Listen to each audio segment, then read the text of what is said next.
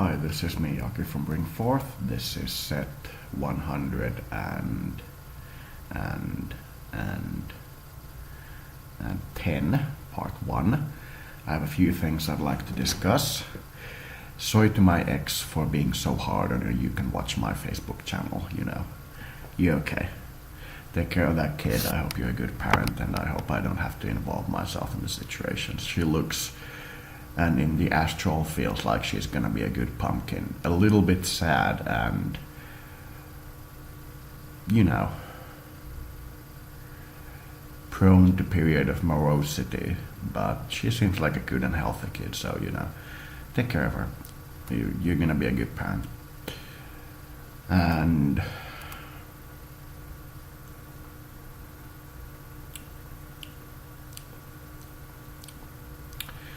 I'd like to discuss IQ across races. This is a topic that very often elicits a certain kind of response. It's either the topic where you basically decide that it's racist to believe that there are differences in intelligence in races, and the other end is the belief that all intelligence is inheritable and we can't do anything about it. So between these two extremes lies the truth. The truth is that the different races are naturally differently abled in different things. That's because evolution has kept them in different environments. Now, is this 5% of their ability compared to the other races, or is it 100% of their ability? I don't know, but I do know that it's a significant factor. So black people, for example, will be taller than white people, and they will have different attributes than white people, and Asian people will be shorter than black people. This is something that has to be understood to be reality of things. I got a good hit of weed today, and I may be getting another later today. One of the guys is basically offering me free weed in exchange for the use of my barn, and my room for smoking covertly so that nobody, you know, finds him. And he can blame me for the smell and so on. So that is basically what I am in the situation in. It is perhaps nice is not the word I'd use, but it is tolerable. I'm getting weed. So as you can tell, I'm using it as an indicator for whether or not I'm doing good. So when I'm doing good, I have weed, and when I'm not doing good, I don't have weed. And this is unless I've made the choice to be without weed for a moment. It is just the central line of my life at the moment, so that is life. I'm also gonna take this aspirin. I have a headache.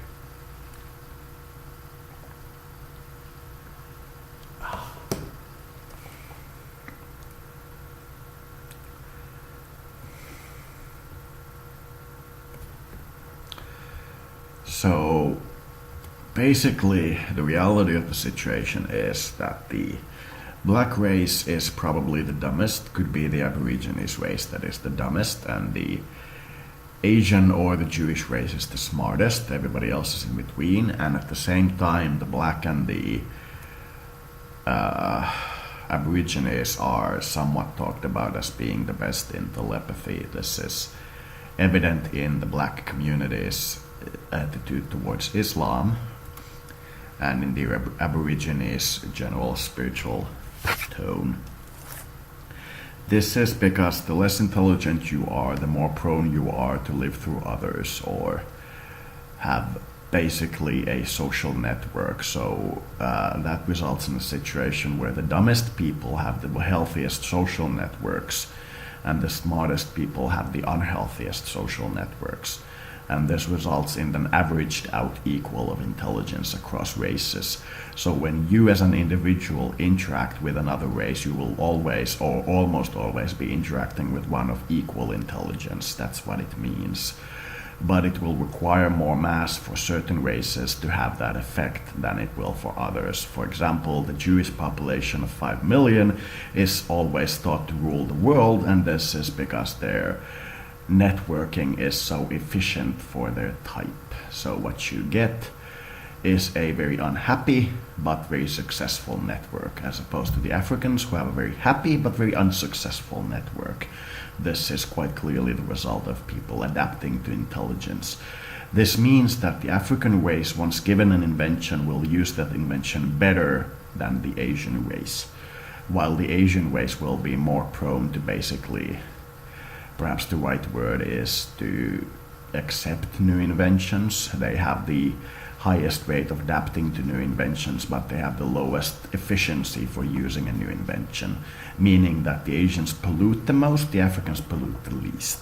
This is something that most people have a trouble understanding initially, but when you tell them that the Asians pollute the most and the Africans pollute the least, you instantly get what I mean when you look at the global situation. Individual Asian will always be much more tidier than the individual African, but the Asian population will have this effect, and the African population will have the opposite effect. The African population will incline you to clean up your nation, while the Asian population will incline you to be more touristy or allow your nation to become degraded. This is the result of intelligence causing changes, or perhaps different ways to adapt to the environment. So all in all, when you make a policy regarding a race, you have to make it as if that race is equally intelligent to you. But when you have the information that informs your policy, you must understand that races are different. But the actual decision itself has to come from a place of equality, because that is the only intelligent way to approach the situation. But to get the actual data on what every race does compared to each other is crucial. It is beyond crucial. It is the very basis of intelligence.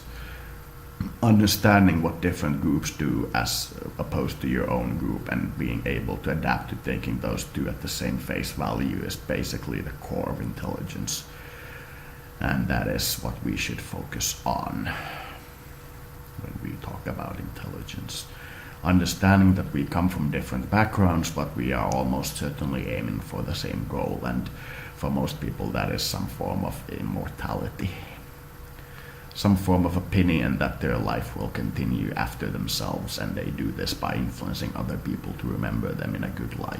This is what most people do, because they are afraid that when they no longer have a control over the situation, or in other words, when they are dead, that their situation will be seen as being one of causing harm to the people around them.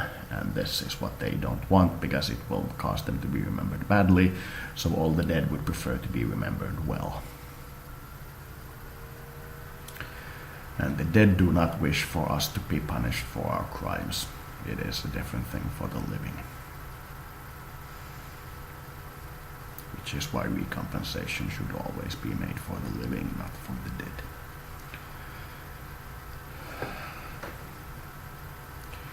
Though I can understand the importance of returning honor to a dead person. I can understand the importance of that. So I have a mild headache. I'm getting the flu, quite obviously. It was not a good idea to go outside to collect those bottles. Most definitely not a good idea.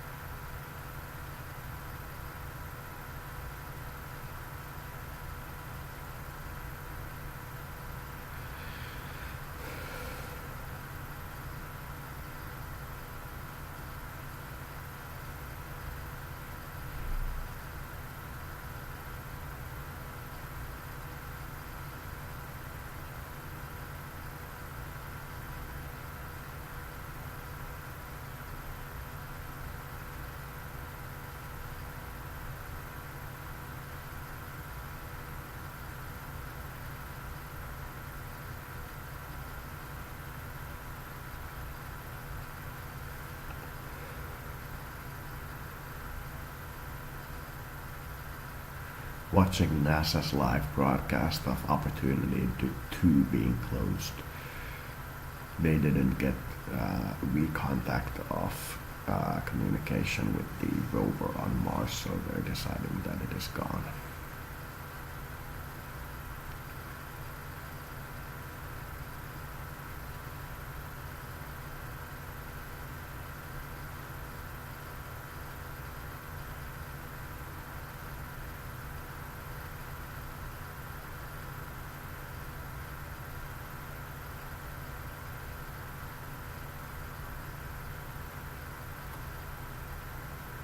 Thank you for the time.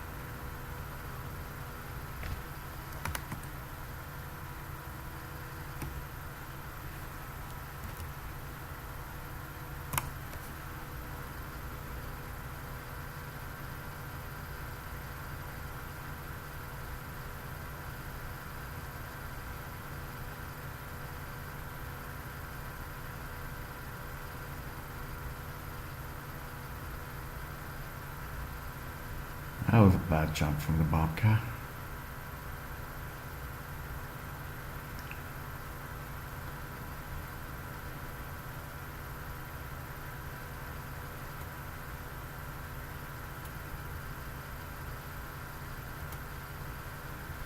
So anyway, that is in compression my opinion on intelligence and a message to my ex. I'm going to continue watching Cage 30, Anton Kuivanen versus Sean Carter. And I watched Norse Map while talking about the race thing to see what everybody was feeling, and it was good. Everybody was openly agreeing with me, and it was very loving. I was rather surprised. I was expecting more hostility when you openly discussed the difference between races, but perhaps I should focus on the US internal discussion where most of the tension seemed to be.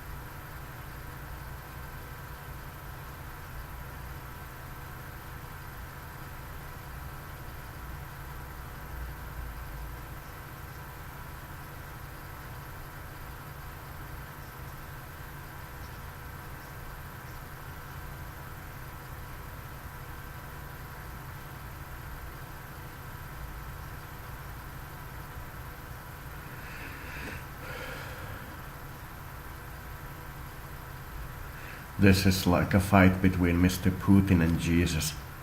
Putin is the bald guy with some abs, and Jesus is clearly the bearded and the haired guy. Cage number 30, Anton Kuivanen versus Sean Carter, MMA.